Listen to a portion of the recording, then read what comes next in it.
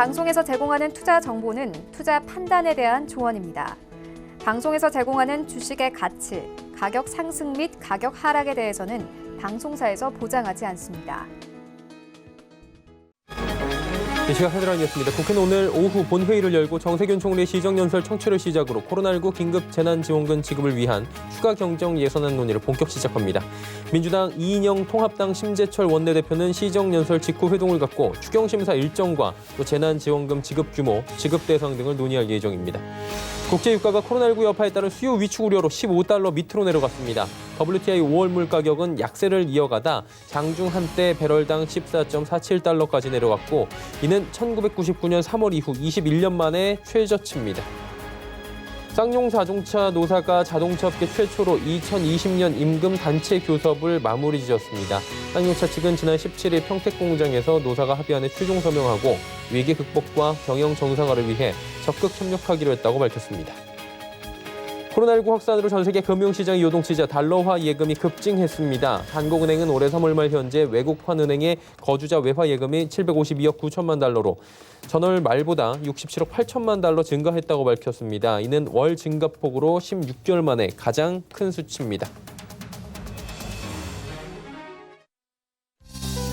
시청자 여러분 안녕하십니까. 오늘장 내일장 출발하도록 하겠습니다. 서정덕입니다. 일단 1900선에 지난주에 빠르게 안착을 했습니다. 그리고 오늘 WTI도 낙폭이 좀 있었고요. 여러 가지 악재들도 주말 사이에 전해지긴 했는데 미국 쪽에서 사망자도 지금 늘어나고 있고요. 하지만 우리 시장은 견고하게 좀 버텨주고 있는 상황입니다. 보합권, 강보합권, 코스피는 왔다 갔다 하면서 지금은 살짝 약보합권으로 내려갔고요.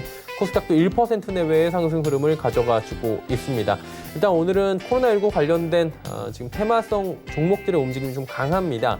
일단 렘데시비르에 대한 이야기가 지난 주말 미국 쪽에서 이야기가 나왔고요. 이로 인해서 치료제, 치료약에 대한 관련주들이 오늘 크게 움직입니다. 신풍제약, 부광약품 지금 같이 움직이고 있고 SV인베스트먼트, 이뮨메드 관련 종목들도 큰 폭의 상승이 나오고 있고요. 키트 관련해서도 지금 움직임이 굉장히 좋은 상황입니다. 여러 가지 코로나19 테마들이 움직이다 보니까 대형주들은 조금은 오늘 갈팡질팡하는 모습들, 한마디로 지난주에 많이 올라왔던 전기전자나 운송장비 업종들 오늘 잠시 쉬어가는 모습들 보여지고 있고요.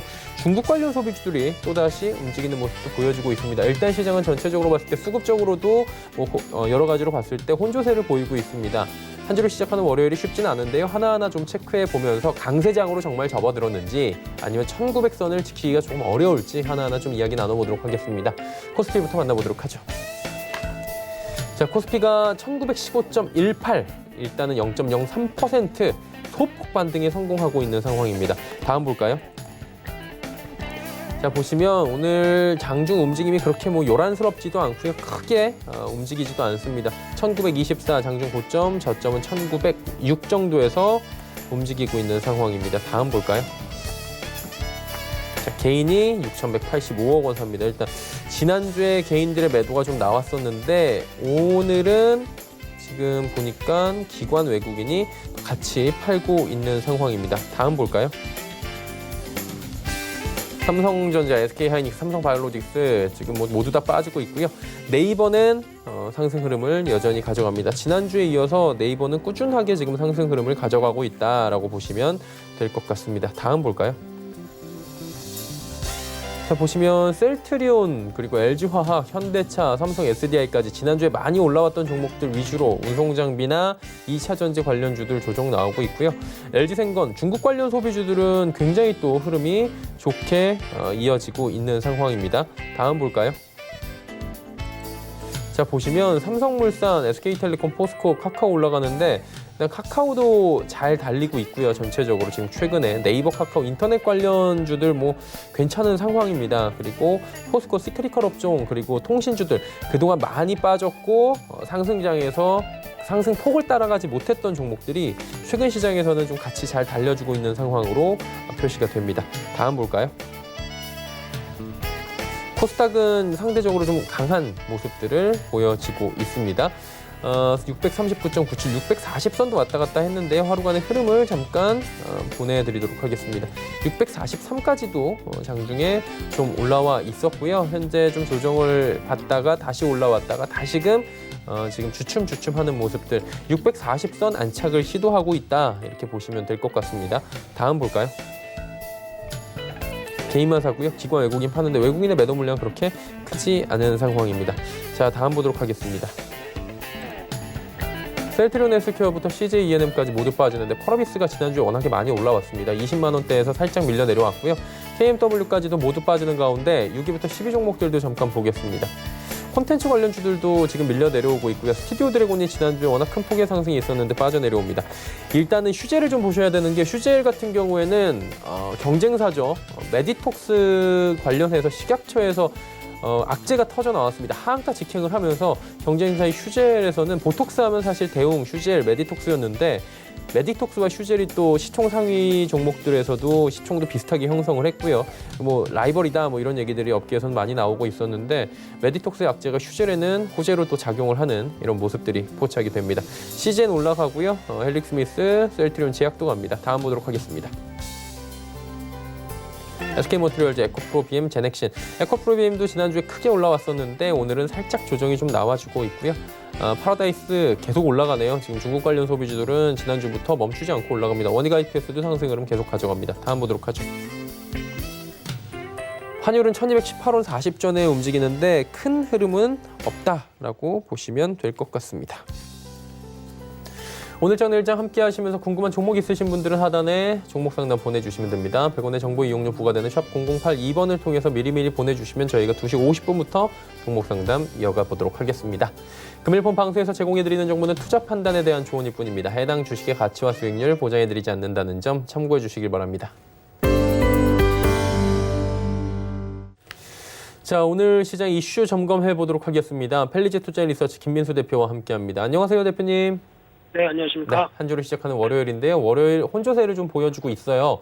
이번 주에는 뭐 지난주만큼 큰 이벤트는 빅 이벤트는 없는 것 같은데 그래도 하나하나 좀 짚어봐야 될 것 같습니다. 어떤 부분을 좀 주요하게 볼까요? 네, 일단 이번 주는 어떤 주요한 지표, 경제 지표 발표보다 기업들 실적에 주목을 해야 될 것 같습니다. 예.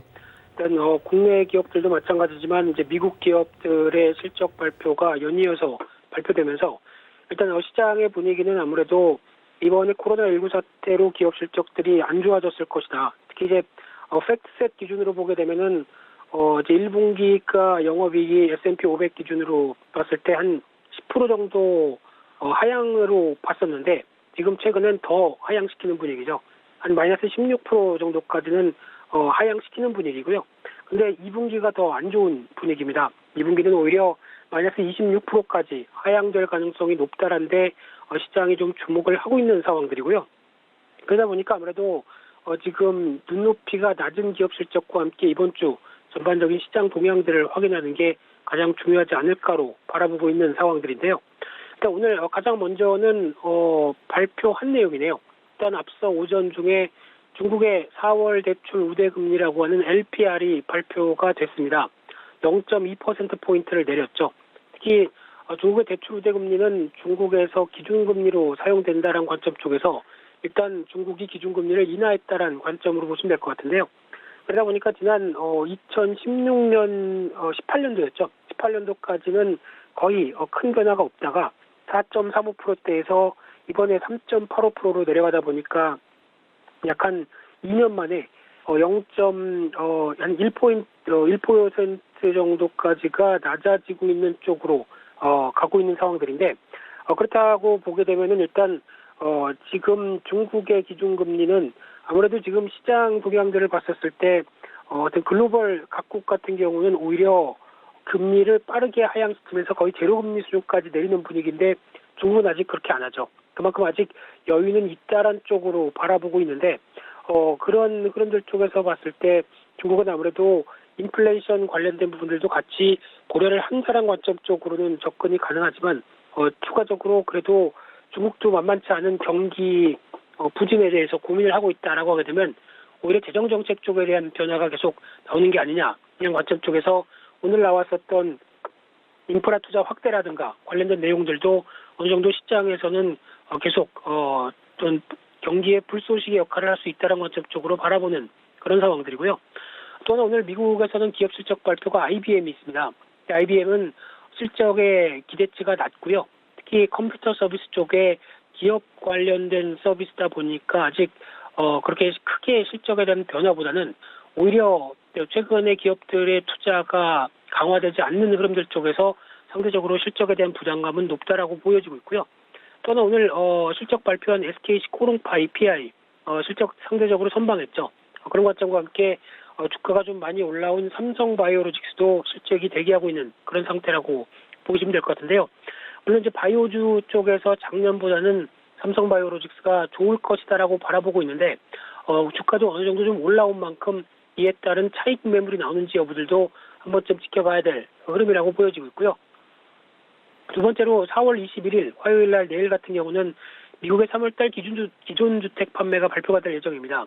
최근에 주택 관련된 NAHB 주택 가격 지수와 같이 추이를 비교해 보게 되면 주택 가격 지수는 급락했죠.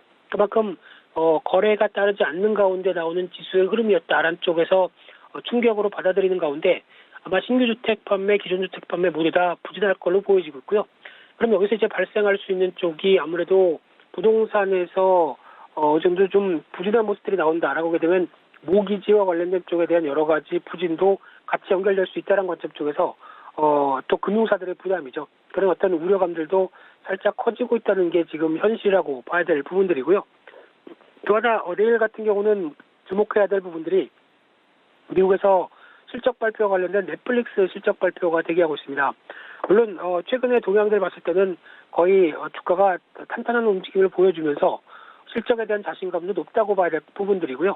근데 여기서 이제 중요한 부분들이 넷플릭스의 실적보다는 앞으로 어떤 쪽에 어떻게 투자를 강화시킬 것인가라는 부분들. 그래서 즉 넷플릭스 오리지널 시리즈와 관련된 콘텐츠 쪽에서 어느 정도 강화를 시키는 움직임이 나온다라고 하게 되면 국내에서 또 스튜디오 드래곤이나 제이 컨텐츠리 같은 종목들이 연관돼서 움직일 가능성이 높다는데 주목을 하셔야 될 것 같고요.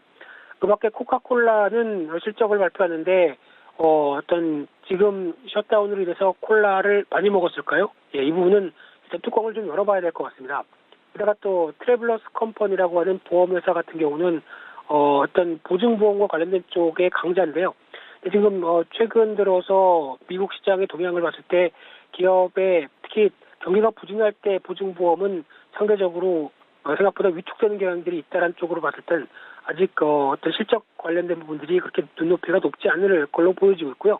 그 밖에 텍사스 인스트루먼트가 반도체 장비 쪽에서 실적을 발표하는데 재고가 많이 들었다는 뉴스가 있다 보니까 실적은 안 좋을 것이다라고 바라보고 있고요.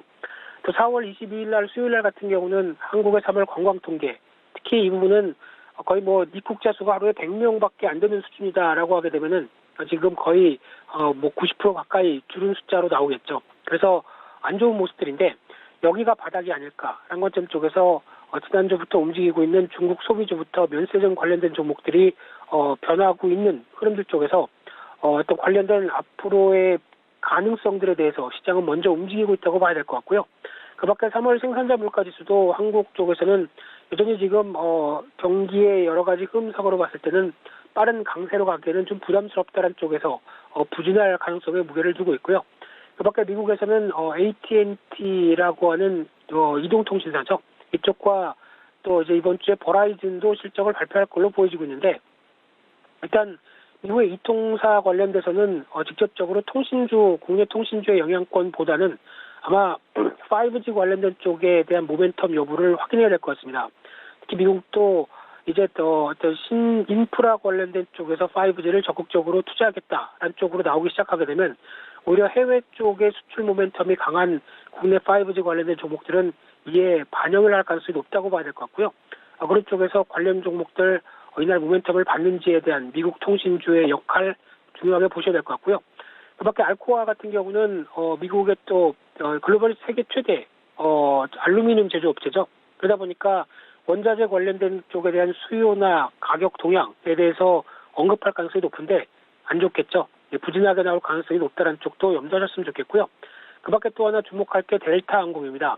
지금 오늘은 항공주들이 그래도 그나마 움직이는데 대한항공이 조단위 때의 유상증자를 할 수 있다는 관점이 나오는데 오히려 유상증자는 주가의 악재죠. 근데 지금 이런 얘기는 오히려 지금 부진을 탈피하기 위해서 이런 자본금 확충에 따라서 어떤 최악의 국면을 넘어가는 게 아닐까라는 관점들이 주가에 반영되고 있는데 아마 어떤 전반적인 흐름상으로 봤을 때는 그렇게 썩 긍정적으로 보기보다는 이번에 델타항공이 실적 발표를 하면서 앞으로 항공업종에 대한 동향이나 변화를 어떻게 얘기하는지를 가장 주목하게 봐야 되지 않을까 그렇게 보여지고 있고요. 그밖에 또 4월 23일 날 목요일 날 같은 경우는 한국의 1분기 GDP가 발표가 될 예정입니다. 이쪽 같은 경우는 무엇보다 작년까지 선전하던 분위기의 GDP 동향들이 아마 이번 분기에는 상당히 또 마이너스 쪽으로 나올 가능성이 높다고 봐야 될 것 같고요. 중국 쪽에서도 1분기 GDP가 마이너스 6.8% 상당히 부진하게 나온 만큼 그에 따른 여파 비슷하게 이어질 가능성이 높다는데 무게를 맞춰야 될 것 같고요. 하지만 일시적이냐 아니냐의 여부에 따른 여러 가지 동향들 확인이 좀 필요하다는 쪽도 같이 연결해서 봐야 될 부분들이고요. 또 하나 미국의 주간 실업 수작 청구 건수가 발표되는데 지금 지난 흐름들처럼 약 한 560만 건 정도쯤에서 다시 재확대가 늘어가는지 여부들도 어떤 미국 시장의 모멘텀으로 작용할 걸로 보여지고 있고요. 그밖에 4월 합성 PMI 예비치 같은 경우도 제조업 서비스업 관련된 쪽의 4월달 예비치인데 아마 셧다운 영향으로 상당히 부진하게 나올 가능성이 높다라고 바라보고 있고요. 그밖에 이제 미국의 기업 실적 쪽에서 인텔 실적 발표 주목해야 될 것 같습니다. 인텔 같은 경우는 어떤 직접적으로는 비메모리 쪽 시스템 쪽이다 보니까 국내와의 연관성이 없다고 하더라도 반도체 전반적인 업황에 대해서 얘기를 할 가능성이 높기 때문에 확인을 해봐야 될 흐름이라고 봐야 될 것 같고요. 또한 이날은 한국에서 중요한 기업들의 실적이 대거 발표됩니다. 대표적으로 삼성 SDS부터 KB금융, SK 하이닉스, 현대차 웬만한 대기업들이 실적이 발표가 되다 보니까 종목의 변동성과 함께 시장의 출렁임도 나오는지 체크해야 될 것 같고요. 4월 24일 날 금요일 날 같은 경우는 애플의 아이폰 SE가 출시가 될 텐데 보급형이다 보니까 이에 따른 애플의 전략 중에 하나가 서비스를 강화시키는 쪽으로 나간다는 쪽에 초석을 잡는지 확인해야 될 부분들이고요. 그밖에 미국의 3월 내구재 주문, 또 4월달 미시간대 소비심리 평가지수가 발표가 될 예정인데 소비심리 상당히 지난달부터 빠르게 안 좋아지기 시작하죠. 아마 이번 달도 지난 2008년대 금융위기 이 수준 이하를 갈 가능성이 높다는데 일단 주목을 해야 될 부분들이고요. 그밖에 실적 발표 쪽에서 말씀드렸던 통신주의 버라이즌, 아메리칸 익스프레스와 같은 카드사 흐름부터 한국에서는 기아차, 포스코, 현대제철, 현대모비스 실적 발표를 주목해야 될 걸로 보여지고 있습니다. 네, 아무래도 이번 주는 기업 실적을 좀 봐야 된다라고 요지가 될 것 같은데요. 투자 전략들은 그렇다면 어떻게 가져가는 게 좋을까요? 네, 일단은 또 기업 실적을 통해서 이번에 코로나19 사태에 따른 경제 충격들 가늠할 수 있는 중요한 또 변화라고 봐야 될 부분들인데요. 또 무엇보다 앞서 말씀드린 것처럼 실적은 부진해도 특히 앞으로에 대한 코멘트가 중요하다고 봐야 될 것 같습니다. 특히 이번만 고생하게 되면 하반기에는 빠르게 올라갈 수 있다든가 아니면은 오히려 좀 긍정적인 희망적인 메시지를 던지느냐에 따라서 주가 분위기는 바뀔 수 있다는 관점 쪽에서 기업들의 실적 흐름들 체크해야 될 것 같은데 하지만 절대적인 흐름상으로 봤을 때는 지금 실적은 하향되는데 주가는 회복됐다라는 관점 쪽으로 보게 되면 주가 수준이 그렇게 싸지는 않다는 관점들이 다시 한번 확인될 수 있기 때문에 시장 분위기는 일단 종목별 장세 쪽에 무게를 두는 관점들이 바람직하지 않을까 생각되고 있고요. 그런 쪽에서 그래도 기술적인 흐름을 따진다라고 하게 되면 코스피가 약 한 1965선 또 중요한 중기 저항권이기 때문에 이 부분에 대해서 어떤 수급적인 변화나 시장 흐름들 확인하는 한 주가 돼야 될 걸로 보여지고 있는데요. 하지만 시장이 여기서 물론 2000선 이상으로 가면 좋겠지만은 아직까지 지금 시장 분위기 자체가 그를 충분히 감내하고 움직일 수 있을 만한 긍정적인 분위기라기보다는 좀 조심스러운 모습들의 흐름들을 내포할 가능성이 높다는 관점 쪽에서 일단 이번 주도 포트폴리오 압축적으로 대응하는 전략들이 좋겠다 이렇게 말씀드리고 싶습니다. 네, 투자 전략들까지 함께 들어봤고요. 오늘 말씀 여기까지 듣겠습니다. 고맙습니다. 네, 감사합니다. 헬리지 투자일리서치 김민수 대표와 함께했고요. 이슈 칼럼 이어집니다.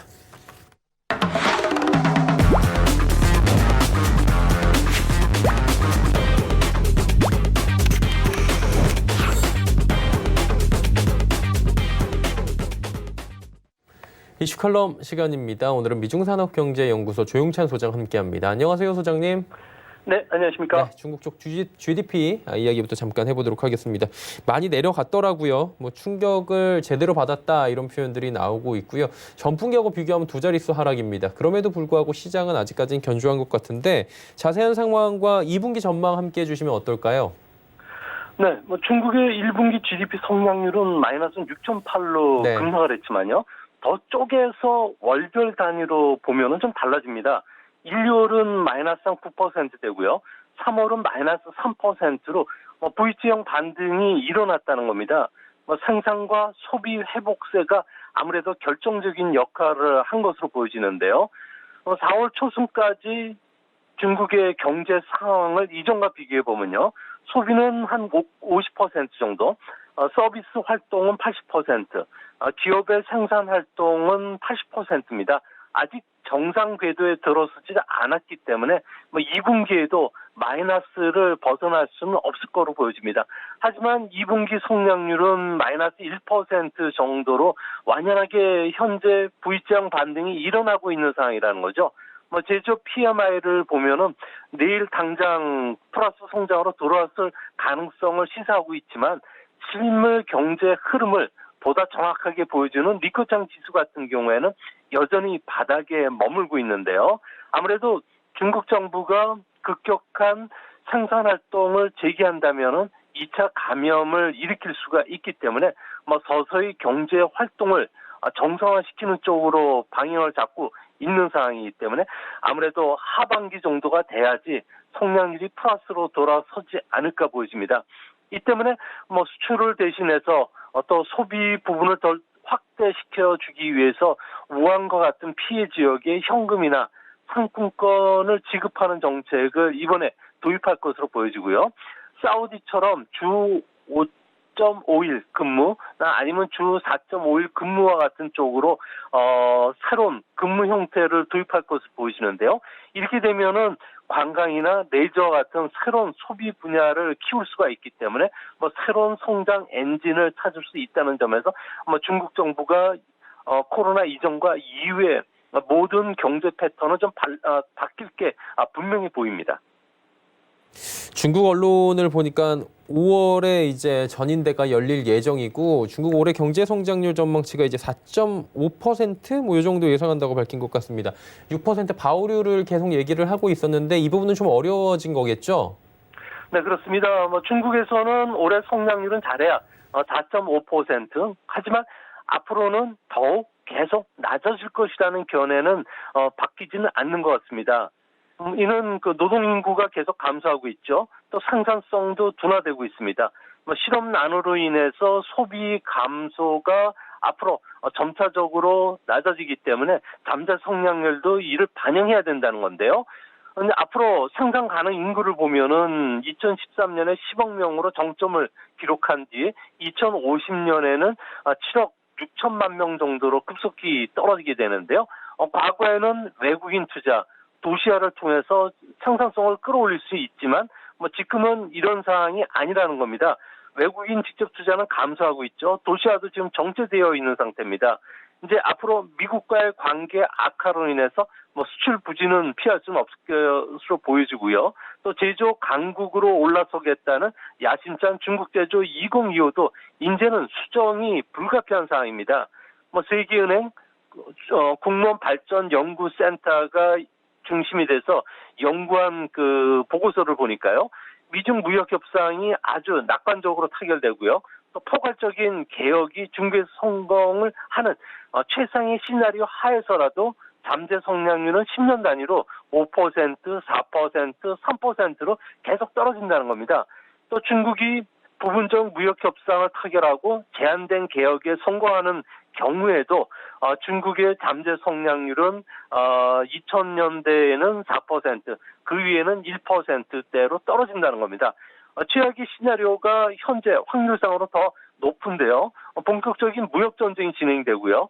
또 정정 불안에 따른 중국 내 개혁이 실패한다면은 중국 경제는 그야말로 초스피드로 중국 중국 함정에 빠져들게 되고요. 과잉 채무 문제, 자산 버블로 인해서 일본과 같은 잃어버린 20년이 될 가능성이 높다고 봤기 때문에 중국 정부 입장에서도 현재 상당한 그 고민을 해야 되는 상황인 것으로 보여집니다. 지금 IMF도 세계 경제 성장률 전망치를 대폭 하향 조정을 하는 상황입니다. 그럼에도 불구하고 뭐 글로벌 증시는 지금 잘 달리고 있는 상황인데 증시 잘 달리는 거하고 뭐 제조업 경기가 좋아졌다 이 부분은 또 별개인 것 같기도 해요. 제조업 경기가 바닥을 찍었다는 신호탄, 신호음들 저희가 언제쯤 좀 들어볼 수 있게 될 것으로 예측됩니까? 네, 뭐 전 세계 제조업과 관련해서 긍정적인 신호음들이 계속 한두 군데가 아니라 여러 군데서 지금 나오고 있는데요. 이 때문에 주식시장이 이를 반영해서 지금 랠리를 보이는 것은 아닌가 이렇게 생각이 됩니다. FRB 같은 경우에는 정책 총동원령을 내리면서 신용경색과 관련해서 해소시켜주고 있는데요. 이 때문에 달러, 리버, 그러니까 우리나라로 의해서 콜금리는 확연하게 하락 추세로 돌아서 있는 상황입니다. 신용경색은 이제 걱정하지 않아도 된다는 거고요. 또 주식시장에서도 공포지수라고 할 수 있는 빅스 지수를 보면은 처음으로 40선이 무너져 내렸다는 겁니다. 앞으로는 위험자산 선호 현상이 더 뚜렷해질 수 있다는 신호음인 거고요. 또 탄광의 카나리아처럼 경제 카나리아라고 할 수 있는 발주 화물 운임 지수, 구리 가격도 계속 상승세입니다. 이같이 제조업 경기가 좋아지고 있다는 것은 아무래도 중국이 3월 들어서 무역, 소비, 생산이 모두 회복 추세를 보인 것에 영향을 받았는데요. 뭐 공급망이 중국에서는 빠르게 복구되고 있고요. 이 때문에 산업 생산과 관련된 선행 지표라고 할 수 있는 미가공 구리 같은 경우에는 수입량이 무려 13% 정도 증가했습니다. 철광석도 다른 산업과 달리 의외로 감소해야 되지만 0.6% 정도 감소에 그쳤다는 거고요. 또 선진국 경제가 정지된 상태지만 중국 같은 경우에는 이런 그 제조업 중심에서 경기가 회복이 되니까 구리나 금의 상대 가격을 보면은 아무래도 경제가 어느 정도 좋아질지를 볼 수가 있는데 이 부분도 이제 바닥권이고요. 또 글로벌 제조업 PMI 같은 경우에도 이제 생산 지표를 중심으로 해서 반등을 하고 있기 때문에 이것도 곧 회복이 된다는 겁니다. 다만 걱정스러운 점은 이번 코로나 감염이 구미 지역에서 증가하고 있기 때문에 자동차나 서비스업 같은 경우에는 부진을 면치를 못할 것으로 보여지고요. 다만 ICT라든지 철강, 석유화학 같은 몇몇 핵심 제조업을 중심으로 해서 중국 경제 회복이 된다는 측면에서 우리나라에서도 주시장의 양극화 현상은 앞으로도 좀 상당히 진행이 될 수밖에 없는 그런 모습이 되지 않을까 생각이 됩니다. 그리고 미국 쪽 좀 더 여쭤보면 트럼프 대통령이 지금 뭐 아이다호, 몬태나, 오하이오, 텍사스주 경제 활동을 재개할 수 있겠다라고 지금 이야기를 했어요. 한마디로 미국 증시가 이제 경제 활동이 재개되면 좀 불안정한 상황을 벗어날 수 있다는 건데 증시도 좀 계속해서 레벨업을 할 수 있다 이렇게 봐도 되는 겁니까? 네, 이런 상황과 관련해서는 미리 알려줄 수 있는 지표가 바로 리먼 쇼크 때의 흐름인데요. 코로나나 리먼 쇼크를 보면은 뭐 신용위기, 기업 도산, 대령 고용 해고 부분에서는 무척 담아 있고요. 또 주가도 최고치를 기록한 뒤에 쇼크가 찾아오면서 30% 폭락을 했습니다. 그 뒤 주가의 하락폭의 절반을 회복하는 패턴이라든지 시간도 매우 흡사했는데요. 이 때문에 미래의 주가 흐름을 보면은 아무래도 리먼이 어느 정도 그 분석 자료를 제공하는데 신뢰도가 있지 않을까 보여집니다. 리먼 쇼크 때 주가는 이중 바닥을 경험을 했는데요. 아무래도 연준의 양적 완화, 재정 지출에도 실물 경기가 회복되는 것은 아무래도 시차가 있는 거고요. 또 실적 같은 경우에도 아무래도 시차를 두고서 회복이 됐기 때문에 그렇습니다. 현재 2조 달러 규모의 재정 지출이 계속 진행이 되고 있고요. 추가적인 경기 부양책이 계속 나올 것으로 보여지긴 하지만 아무래도 이런 그 경제적 효과가 발생하려면은 시간이 걸리는 정책 지원의 문제가 있는 거인 상황이 이전과 같다는 거죠. 이 때문에 고용 없는 V자형 경기 회복이 그 지속이 되더라도 뭐 주가는 이와 관련해서 경제 정상화가 되지 않았다고 볼 가능성이 크다는 겁니다. 미국 증시 같은 경우에는 이런 측면에서 보면은 여름까지 두 번 바닥 최악의 국면에는 3번 바닥이 찾아올 가능성이 높지 않을까 보여지고요. 그렇게 본다는 측면에서는 당분간 방망이를 짧게 잡고 단기 매매 전략을 앞으로는 취하는 게 바른 투자 전략이 되지 않을까 생각이 됩니다. 네, 그리고 유가도 좀 여쭤볼게요. 지금 20달러 밑으로 내려왔는데 18달러대까지 폭락을 했습니다. 지금 감산 대책을 마련해야 될 것 같은데 어느 정도까지 좀 감산이 이어져야 뭐 3천만 배럴까지 못 가겠지만 좀 가격 하락이 멈출 것으로 시장에서는 예측이 됩니까? 네, 국제 유가는 현재 16달러까지 빠졌는데요. 네. 뭐 세계 원유 생산의 10% 정도 규모를 감산하긴 했지만 워낙 그 수요 감소가 더 빠르고 충격적이기 때문에 이런 현상이 일어났습니다. 현재 산유국들 같은 경우에는 세계 수요 감소분만큼 비축 탱크, 파이프라인, 그리고 정제 시설에 하루 한 1,000만 배럴씩 비축을 하고 있는데요. 문제는 이런 속도로 나가면 엄청난 규모긴 하지만 6월이면은 산유국들의 저장 능력 규모가 12억 배럴 정도가 되기 때문에 이게 모두 만땅이 된다는 겁니다. 이렇게 되면은 석유 시장에 심판의 날이 찾아오게 되는데요. 정말 심각한 위기에 빠질 가능성이 크다고 합니다. 추가 감산이 없다면은 10달러까지도 떨어질 수 있는 상황인데요. 이 때문에 미국이나 노르웨이, 캐나다 같이 오펙 플러스의 미 가입국 같은 경우에도 하루 모두 합쳐서 500만 배럴 정도 감산해주겠다고 이야기가 논의될 정도입니다. 아무래도 이런 그 낙관적인 시나리오 하에서라도 세계 경제가 정상화되지 않고서는 공급 과잉 구조가 해소가 되지 않고 있기 때문에 결국은 유가가 반등하려면은 소비국들도 유가 하락을 막기 위해서 비축용 석유를 최대한 비축을 해야 되는데요. 그래도 소비국들이 비축용 석유가 많아야 하루에 300만 배럴 정도이기 때문에 세계 경기가 회복되지 않고서는 유가 하락은 당분간 좀 약세를 면치를 못하지 않을까 생각이 듭니다. 언론에서는 지금 코로나19 사망자가 연일 그래도 발생을 하고 있다라는 상황이고요. 경기 침체는 좀 장기화될 것이란 지금 암울한 전망이 좀 나오고 있어요. 그럼에도 불구하고 지금 자금들이 미국 쪽으로 연일 쏠림이 되는데 이 미국 쏠림 현상은 어떻게 보는 게 좋을까요? 아무래도 현재 그 쏠림 현상은 달러가 아무래도 이런 경기 후퇴 국면에서는 가장 안전한 도피처가 될 수 있고요. 또 미 연준의 대응책도 호재가 되기 때문에 그렇습니다. 무제한 양적 완화에 이어서 정부본드까지 매수하는 정책 총동원령이 발동된 상황이기 때문에 다른 나라보다는 신용 경색과 관련해서는 빠르게 해소되고 안정도 빠르게 취할 수 있다는 점, 그리고 현재 회사채를 중심으로 해서는 80%에서 10% 정도 아주 다양하게 그 저평가되어 있는 부분들이 많은데요. 이 때문에 높은 투자 수익률을 올릴 수 있는 금융 상품이 상당히 많다는 겁니다. 이뿐만 아니라 국제 투자 자금들이 미국 채권을 살 때 가격이 싸다 비싸다 가지고 판단하는 게 아니라 3개월에서 6개월 뒤에 미국 채권을 팔 때 환해지와 관련된 비용이 싸냐 적느냐가 상당히 중요한 역할을 한다고 합니다. 현재 유로라든지 엔화가 달러에 비해서 상당히 그 저렴하기 때문에 환해지 비용이 적게 든다는 점도 상당히 좀 호재가 되는 것으로 보여지고요. 특히 세계 각국의 연기금들 같은 경우는 최근에 투자 배분에서 미국 비중을 상당히 많이 끌어올렸는데요. 이 때문에 미국 투자 등급의 회사채라든지 국채와 관련해서는 외국 자본들이 꾸준하게 유입이 되고 있다는 측면에서 당분간 미국으로의 그 자산 쏠림 현상은 계속이 진행이 될 수밖에 없지 않나 이렇게 보여집니다. 그리고 미국 쪽의 3월 소매 판매액 보니까 마이너스 8.7% 나왔습니다. 현금 지급이 이제 미국 쪽도 시작이 됐잖아요. 그러다 보니까 이제 소비 회복이 될 것으로 어느 정도는 단기라도 예측이 되고 있는데 그 시간이 언제쯤일지 궁금해요. 언제쯤으로 보고 계십니까?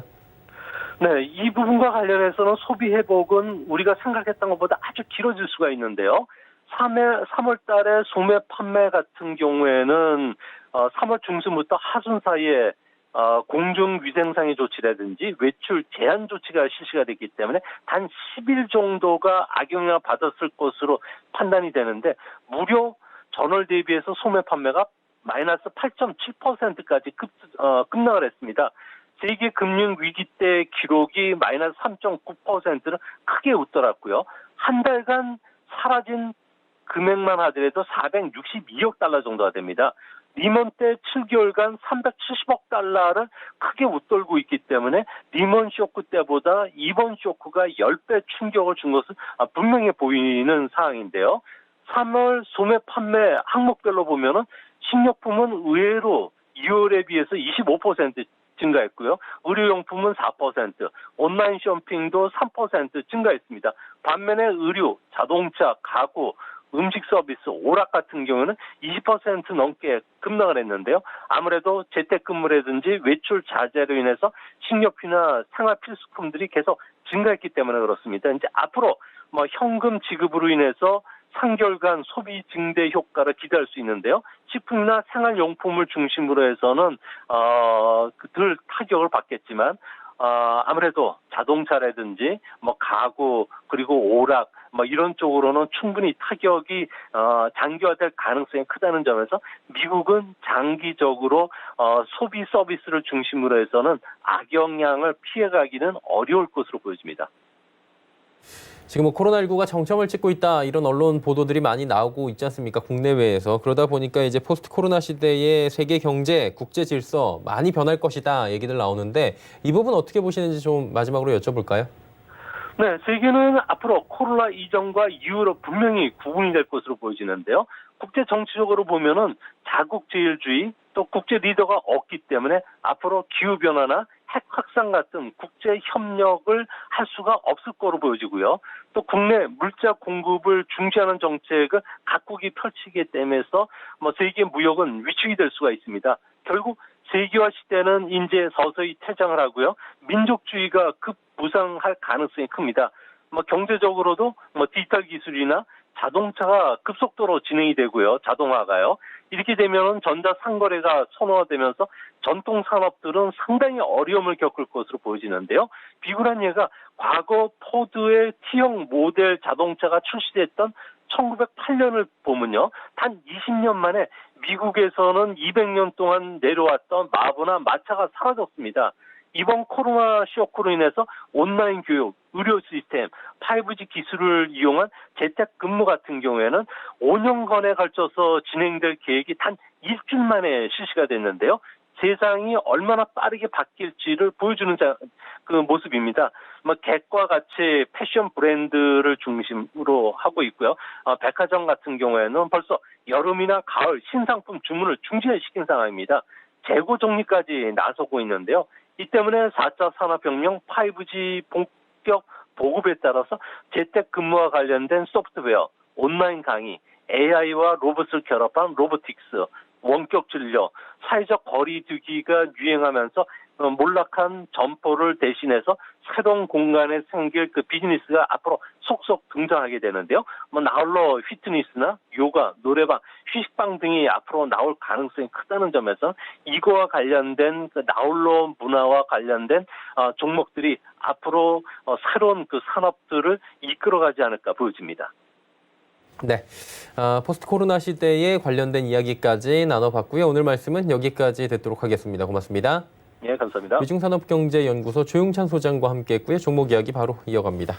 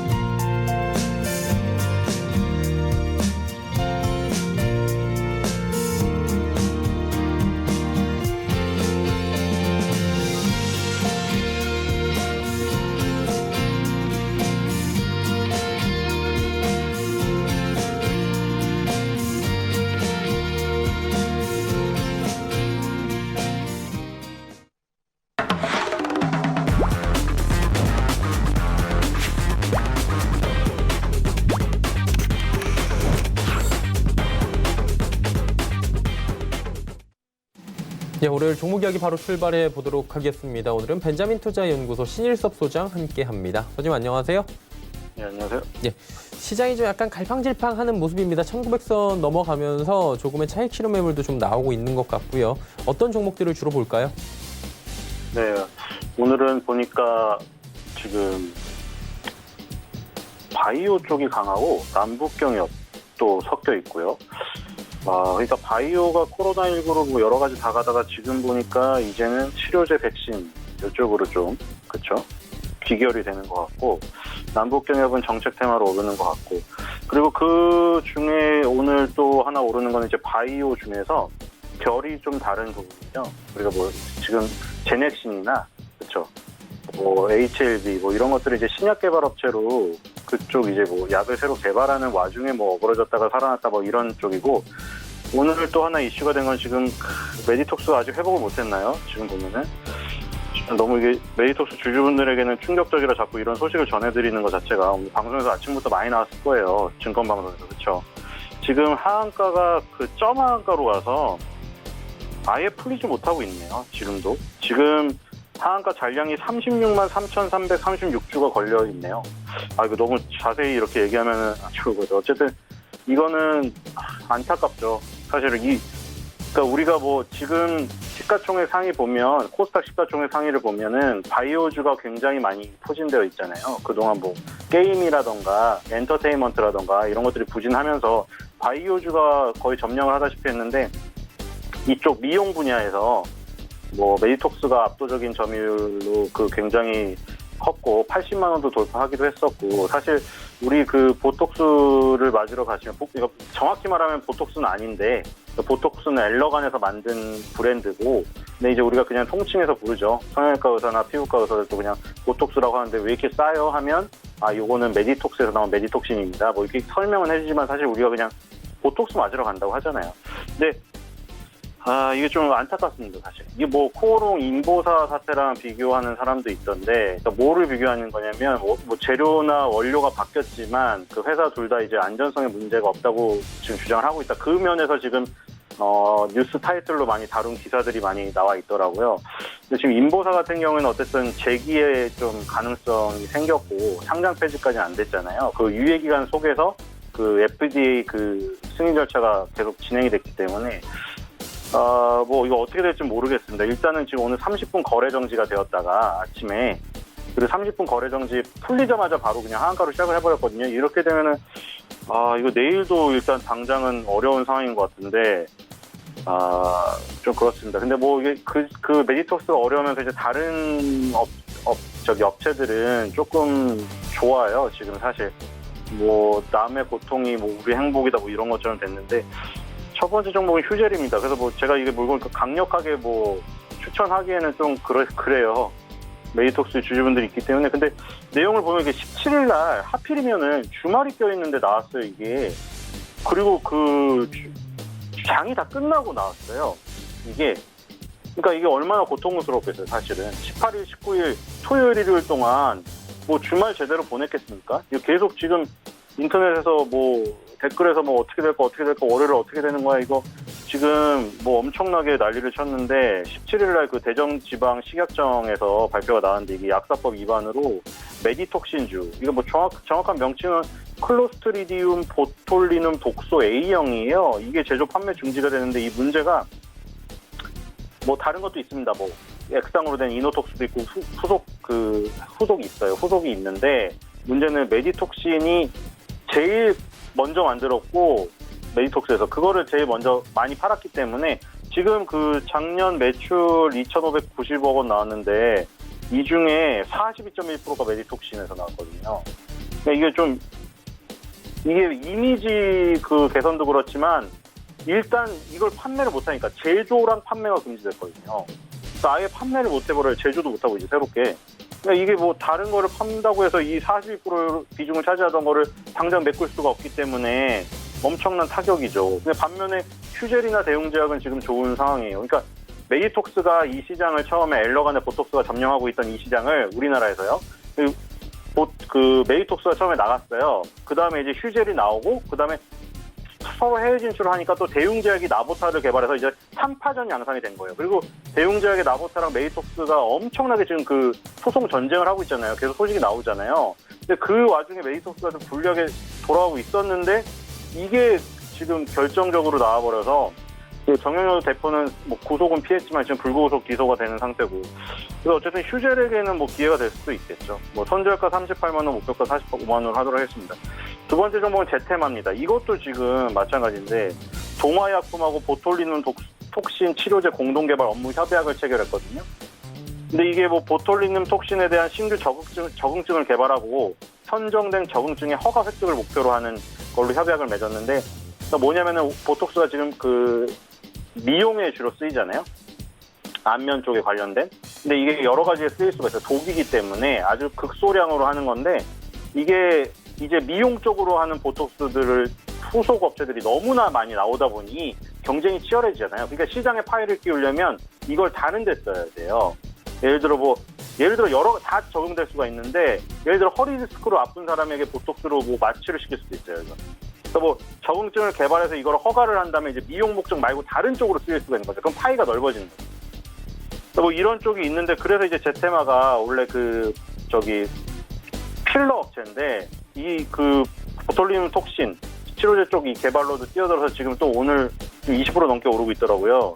그래서 뭐 이런 반사 이익을 얻는 부분을 좀 해보면 좋을 것 같습니다. 선저가 25,000원, 목표가 3만 원입니다. 네, 이제 뭐 이거 너무 보톡스 얘기를 하면은 좀 피해를 보시는 분도 있기 때문에 이 두 종목을 하고요. 세 번째 종목은 아프리카 TV입니다. 오늘도 되게 잘 가고 있죠. 그 집콕이 지금 장기화되면서 개인 방송 시청 고객이 증대됐고, 뭐 미국에 보면 지금 넷플릭스 주가는 신고가를 갔어요. 넷플릭스. 그리고 지금 월트 디즈니도 신고가를 갔어요. 디즈니 플러스가 곧 들어오거든요. 우리나라 지금 디즈니 플러스 다 기다리고 있더라고요. 오면은 바로 가입한다고. 디즈니에 있는 수많은 컨텐츠들을 월 얼마죠? 월 되게 쌌어요. 10,000원도 안 해요. 그걸로 지금 볼 수가 있기 때문에 그런 플랫폼들의 주가는 다 살아나고 있고, 그리고 중국의 뭐 그 알리바바 타오바오머를 운영하는 알리바바라던가 VIP숍, 징동닷컴 주가 다 급등이에요. 그러니까 지금 집콕 관련 온라인 그 쇼핑 뭐 이런 쪽은 다 급등했습니다. 아프리카 TV도 그 일련으로 보면 되고요. 방송인 상위 300명의 하루에 받은 별풍선 개수가 4월 1일 날 기준으로 702만 7,608개를 기록했거든요. 엄청나죠? 702만 7,608개 나누기 300명 해보세요. 그 평균보다 상위 뭐 10% 이내에 드는 사람은 더 받는 거죠. 이게 뭐 별풍선을 아무리 욕해도, 그러니까 욕하면 더 올라. 왜냐면 사람들이 별풍선을 왜 이렇게 쏘냐고 욕하는 거는, 그건 바꿔 말하면 뭐냐면 별풍선이 되게 많이 싸졌다는 얘기예요. 별풍선이 안 싸지면 사람들이 욕을 안 해요. 별풍선이 지금 많이 싸지고 있으니까 별풍선을 안 쏘는 사람들이 욕을 하고 있어요. 그러니까 물론 그걸로 인해서 그건 그 개인의 자유이기 때문에 사회적인 문제는 이제 범죄 쪽에서 다루시면 되는 거고, 그래서 지금 이 올해 최대치를 기록했기 때문에 별풍선 매출이 아프리카 TV에서 가장 많은 매출을 차지하고 있거든요. 그래서 이 지금 상황은 지속되리라고 봐요. 왜냐하면 원래 코로나19 사태가 아니었더라도 이 그 개인 방송은 계속 늘어나고 또 수익이 늘어나고 있는데, 지금 이 코로나19로 더 가속화가 됐어요, 지금. 그래서 뭐 오프라인 소비도 살아나고 있지만 이쪽에서 온라인 쪽에서 계속 이 아프리카 TV를 즐기시는 분들은 계속 즐길 거다. 계속 보셔야 될 것 같습니다. 손절가 62,000원, 목표가 8만 원입니다. 네, 아프리카 TV까지 세 종목 들어봤고요. 지난 시간에 풍국주정 단기 접근했는데 결과 어땠습니까? 예, 지금 일단 수소 테마에서 남북 경협으로 완전히 넘어간 것 네. 같고요. 뭐 수소 테마도 돌 것 같긴 해요. 왜냐면 그러니까 지금 뭐 문재인 정부를 싫어하건 좋아하건 공부할 필요가 있어 보여요. 왜냐하면 지금 이제 정책 테마가 강력하게 움직일 상황이거든요. 코로나 테마는 지금 아주 결이 자세히 나뉘었어요. 그래서 그걸 잘 공략해야 되는 거고, 지금 이 남북 경협이랑 수소는 그냥 뭉때기로 가고 있어요. 지금 초반이어가지고. 그래서 뭐 남북 그 경협주, 그리고 이제 뭐 수소차 테마, 뭐 시스템 반도체, 그리고 뭐 육성한다고 했던 산업들 있죠. 그런 산업들 위주로 공부를 하셔야 되고, 남북 경협주가 지금 오늘 강하지만 또 수소차 테마로 매기가 돌 수가 있기 때문에 조금 더 지켜보실 필요가 있을 것 같습니다. 네, 풍국주정 들어봤고요. 오늘은 단기 접근 어떤 종목 괜찮아 네, 보이십니까? 오늘은 제 테마로 하도록 하겠습니다. 예. 지금 굉장히 강한데, 아까 초반에는 어땠냐면 초반에는 휴젤이 제일 셌던 것 같고요. 휴젤, 그리고 대웅제약, 그다음 퓨어스 글로벌, 제테마 이런 순이었는데, 지금 막판으로 갈수록 약간 변화가 있는 것 같아요. 지금 제테마랑 휴어스 글로벌이 둘 다 20% 넘는 상승을 기록하고 있는 것 같고, 휴원수도 휴톡스라고 나중에 그 후발로 참여를 한 업체고요. 그러니까 지금 4개가 있다고 생각하시면 돼요. 메디톡스, 휴젤, 대웅제약의 나보타, 휴원스, 휴톡스 있고요. 뒤에 이제 따라오는 게 제테마랑 아까 동아약품이 있고, 파마리서치 바이오가 있어요. 그리고 비상장 회사들도 몇 개 있고요. 그래서 이런 것들, 지금 메디톡스의 대형 이슈가 발생됐기 때문에 하한가가 계속 진행된다고 하면 반사이익을 받는 업체들의 그 흐름은 조금 더 이어지지 않을까 싶어요. 그래서 내일도 그 코로나19 쪽에는 신약 개발, 길리어드 사이언스랑 관련된 거 보셔야 되고, 이 보톡스 쪽에서는 메디톡스의 반대쪽에서 있는 업체들, 이거 보시면 단기적으로 수익이 날 것 같습니다. 네, 제테마까지 이야기 나눠봤고요. 오늘 말씀 여기까지 듣겠습니다. 고맙습니다. 예, 감사합니다. 예, 신일섭 소장과 이야기 나눠봤고요. 내일의 종목 330 바로 이어집니다.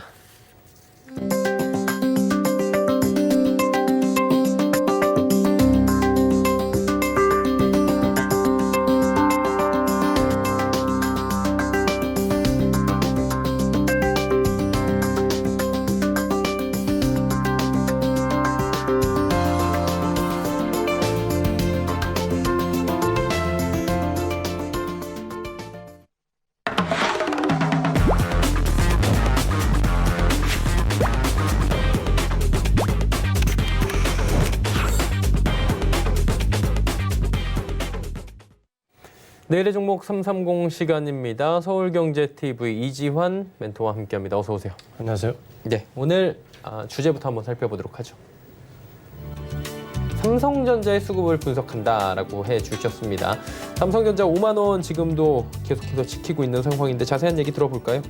네, 지난 이제 급락 때 가장 개인들이 많은 매수했던 종목이고, 최근에 이제 수급이 가장 또 급변하고 있는 종목 중에 하나가 삼성전자입니다. 삼성전자는 지금 현재 시장의 반등을 이끌고 있는 종목들 가운데 수급과 연관돼서 우리 시장 전체와 함께 맞물리면서 꼭 이제 이 부분을 확인을 해봐야 되는데요. 지난 2개월간 급락했을 때의 전체적인 수급과 삼성전자 잠정 실적 발표 이후의 수급, 그리고 지난주부터 수급 이렇게 세 부분으로 나눠서 한번 살펴보면, 지난 2개월 동안 외국인이 무려 한 1억 2,300만 주 정도 굉장히 큰 폭의 매도를 했고, 우리 시장 전체 물량이 거의 뭐 50%에 육박하는 매도 물량이 삼성전자에 집중돼서 나왔습니다. 급락의 직접적인 원인이 되기도 했는데, 외국인이 1억 2,300만 주 정도 매도했을 때 연기금 한 3,100만 주 정도 매수를 했고요. 투신도 한 480만 주 정도 매수를 좀 했습니다. 금융투자가 350만 주 정도 매도를 했고, 3,500만 주 정도 매도를 했고, 전체적으로 보시면은 외국인들의 매도 물량을 일부 기관이 조금 샀지만 대부분 이제 개인이 매수하면서 받아가는 정도의 수급 구조를 지난 2개월 동안 보여줬고, 이 부분이 이제 삼성전자 잠정 실적 발표 이후에 수급이 조금씩 바뀌기 시작했는데, 잠정 발표 이후 약 2주간의 수급 동향을 좀 살펴보면 외국인이 한 760만 주 매수로 좀 전환하는 모습을 좀 보여줬고요. 연기금도 680만 주 매수 전환, 투신도 520만 주 정도 매수 전환을 했습니다. 금융투자가 이제 프로그램 연계 물량과 같이 맞물리면서 한 820만 주 정도 매도를 했는데, 이렇게 보시면 실제로 시장의 바닥을 좀 확인할 수 있는 외국인이나 투신, 연기금은 삼성전자 실적 발표 이후에 모두 매수로 돌아서는 모습을 좀 보여줬습니다. 이런 부분들이 지금 현재 우리 시장의 IT주를 바탕으로 해서 전체적으로 시장 반등을 이끄는 모습이 좀 나오고 있는데요. 오늘은 이제 잠시 쉬어가는 모습이 나오지만 전체적인 물량이 오늘 많이 출회가 되는 게 아니기 때문에 아마도 이런 수급의 변화가 조금 더 이어질 수 있는데, 특히 지난주 나스닥이 굉장히 큰 폭의 상승을 기록했을 때 우리 시장이 지난주 금요일 날 외국인들 수급이 다시 2차 상승 구간에 들어와 있다라고 말씀을 드렸는데, 지난주 금요일 날 외국인 보시면은 전체 매수했던 물량들 가운데 한 90%가 지난주 금요일 날 몰렸습니다. 외국인들이 520만 주 정도 매수를 했고요.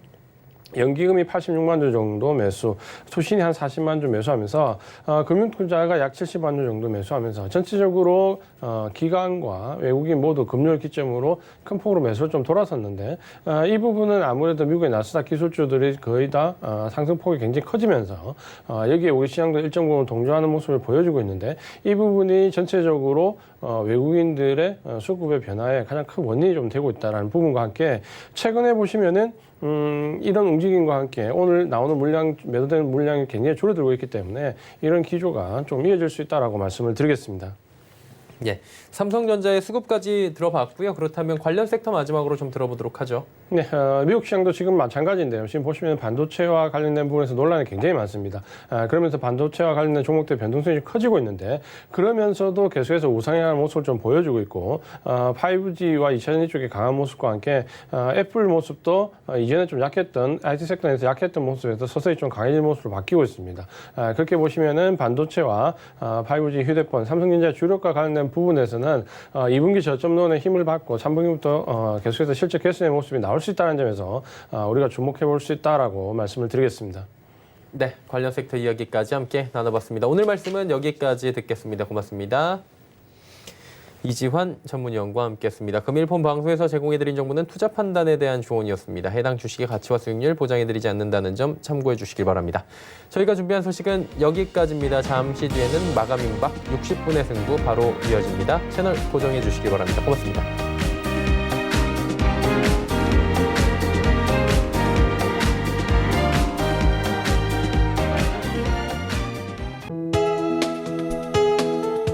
방송에서 제공하는 투자 정보는 투자 판단에 대한 조언입니다. 방송에서 제공하는 주식의 가치, 가격 상승 및 가격 하락에 대해서는 방송사에서 보장하지 않습니다.